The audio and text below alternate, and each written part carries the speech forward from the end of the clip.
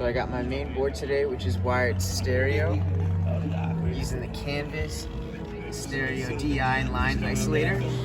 Fun fact, when you use a regular DI, it can actually decrease your signal like -10 to -20 dB. The coolest thing about the Canvas stereo is that it brings all of that right back. So this is Juan, he's our monitor engineer. Tell them how much better the signal is with the Canvas. Oh, I have a 10 dB increase. How crazy is that? Yeah, that's a lot.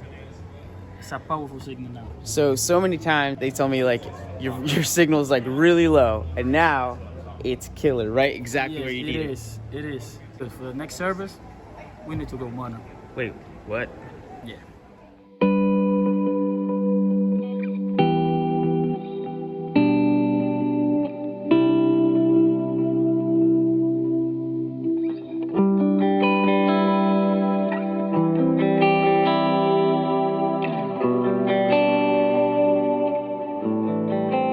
Obviously that last bit was a little staged, but those are the kinds of situations that I go through when I'm traveling or playing in different places. Those are also the situations where the Walrus Audio Canvas comes to the rescue. Now the main purpose for this video is to dive deep and fully understand that stereo to mono sum function on the Canvas stereo. We'll get into that in a little bit. The Canvas is essentially a DI box, a line isolator, and is meant to really be in between your gear and front of house or your interface or whatever you're going to record or play live music. This typically works well if you have a keyboard or a setup like this where you're using an amp and cab sim or any kind of DSP amp modular. So I have the Walrus Audio ACS one here, and this sends out an unbalanced 1/4 inch output signal. Now to get a decent uninterrupted signal on a board or front of house, you're going to need to change that unbalance to balance so you don't get any weird frequencies or any kind of power situation with lights going on that's going to alter that signal. Then comes in your DI, which takes in your unbalanced 1/4 inch signal and translate it to an output that's an XLR balanced out. Now the issue is when you're using an amp and cab simulator, that signal is going to drop dramatically. So that's happened to me a lot where an engineer will say, hey, your output is super low, is there any way you can boost it? And I'm kind of maxed out on my end, and that's because the DI is kind of sucking away all of that volume. And so the cool thing about the Canvas is that it brings all of that back. Not only that, but a whole bunch of headroom too. So now we're going to do a quick comparison so you can see what's going on. I'm going to leave my interface at a specific volume, so I'm not going to change it. And I'm going to send it first with an unbalanced 1/4 inch output. Then I'm going to send it into this DI, same volume. And then I'm going to throw in the Canvas stereo. We're going to see the differences between not only the volume levels, but the tone as well. So let's check that out.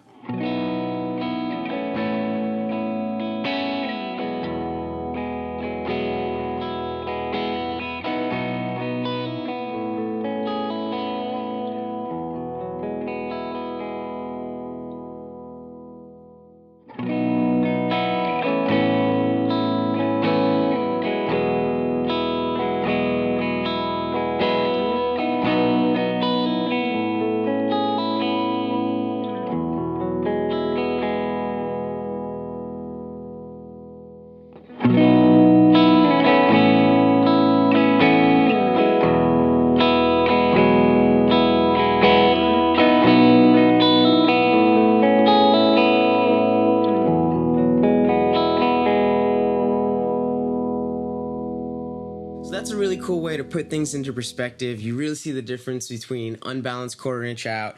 You see the difference between your normal DI, and now you see the difference with the Canvas stereo DI, which is really designed for these amp and cab simulators. Now let's get back to the main topic of this video. So as you can see, I have this whole setup over here, right? I have about 5 pedals that are wired stereo, which means the left and right input and outputs are engaged. Now the thing about this is when you engage those inputs and outputs, these pedals are being told, hey, I am receiving stereo and I am sending out stereo, which means it is splitting up your signal.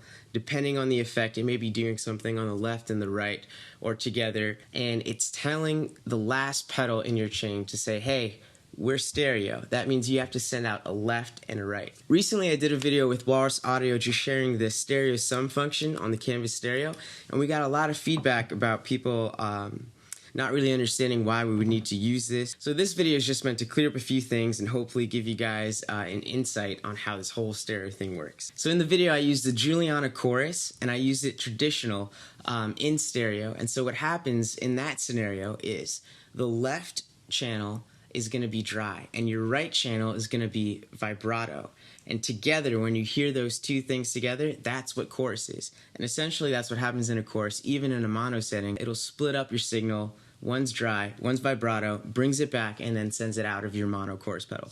But for a stereo chorus pedal, it'll leave those two separated. So when you hear it with 2 amps or 2 speakers, you're going to hear that chorus sound together, which is really cool. So I used that chorus example as a way to show how this sums stereo to mono really well. So I ran my stereo signal into the left and right input of the canvas, and then there's a through which just sends the same signal out, and I send it to an amp, and obviously a single amp is just going to be mono. So in the video all you hear is my dry signal because you're only hearing that left signal. Then when I clicked the sum to mono, you heard the whole chorus effect, and that's because it brought in that vibrato right into that dry signal, which creates that chorus sound. We got some replies on that video actually that people were saying, why would you do that if you can just use one out on your stereo rig? And so what they're saying is you have a whole stereo rig, you know, input and output stereo, and then on your last pedal they would just say that you would just leave your left in or your right in and send that to an amp or send that to front of house or whatever if they could only do mono. So now here's the problem with that. Because you're telling your stereo pedal that we're going stereo in, the pedal's saying, okay, we're going stereo out. Now if you just use one out, you're literally missing half of your signal. Half of that signal is literally gone. You can't even hear it. And that chorus scenario is a great example to show you that. Also, if you use like a ping pong delay where you have like a quarter note on the left or dot 8 on the right, you'll hear that da-ga, da-ga, da-ga. And once you take out one, you're only going to hear da, da, da. And so realistically, the only way to fix that issue if you're going into one amplifier and you have a stereo rig, or you're going into one line front of house, is you would have to go into your board and take out all of the cables that are associated into the stereo or right input and output of each pedal in your stereo chain. And if you have a setup like this, that is a nightmare. You got to reach in, take pedals out, rewire everything after, and it just becomes an entire mess. So thankfully, the Walrus Audio Canvas Stereo fixes that issue. So let me show you what I'm talking about.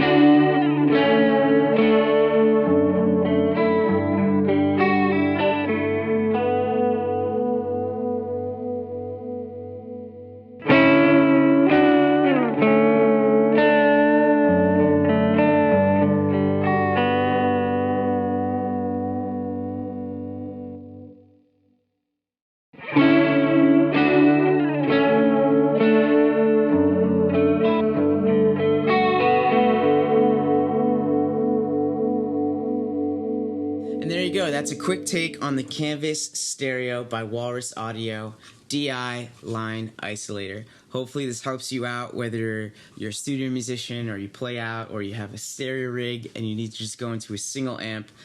This thing is going to do a lot for you. And the best part is, it is passive. So check it out.